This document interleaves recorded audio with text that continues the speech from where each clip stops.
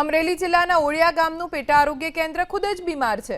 નવું પેટા આરોગ્ય કેન્દ્ર અહીં બની ચૂક્યું છે, જેનું લોકાર્પણ પણ થઈ ચૂક્યું છે, છતાં ઉપયોગમાં નથી લેવાઈ રહ્યું, જે 1 વર્ષથી બંધ છે, જેનું કારણ છે પીઆઈયુએ છેલ્લા 6 મહિનાથી એક દિવાલ બનાવી નથી, જેના કારણે આરોગ્ય કેન્દ્ર બંધ છે। લોકો જર્જરિત અને સુવિધાના નામે મીંડું એવા સરકારી દવાખાનામાં સારવાર લઈ રહ્યા છે।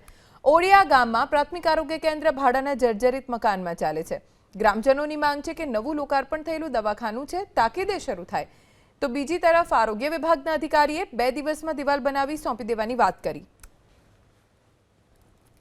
ધારાસભ્ય આવીને અને લોકાર્પણ દવાખાનાનું કરી ગયા છે, છતાં અત્યારે આ દવાખાનાની પરિસ્થિતિ નબળી હોવા છતાંય જો કોઈ ફેરવી ન શકતા હોય, સરકારને રજૂઆત કરવા માગું છું કે નવા દવાખાનાની અંદર અમને શિફ્ટ કરી દે એવી અમારે નમ્ર વિનંતી છે। અને ઘણા સમયથી અમારે અહીંયા સરકારી દવાખાનું છે અને અત્યારે નવું પણ બનાવ્યું છે। નવું બનાવ્યું એટલે આ બાજુના ઘરમાં વ્યવસ્થા રૂપે રાખ્યું છે બીજું દવાખાનું, પણ હવે એ નવું સબ સેન્ટર તૈયાર થઈ ચૂક્યું છે। તો જ્યાં સુધી નવા સેન્ટરમાં ન જાય તો આ ગામમાં ભાડાના મકાનમાં કાંઈ પ્રાથમિક સુવિધા પૂરી પડે એમ છે નહીં।